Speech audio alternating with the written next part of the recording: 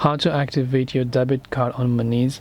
If you would like to activate your debit card on the Monese app, it is very simple to do so. Basically, all you have to do is go ahead and then first of all make sure to open up your Monese application right here, and once you launch the Monese app, this is the type of interface right here, right? So what you have to do is, after that, you want to simply go to the card option that you can see from the bottom.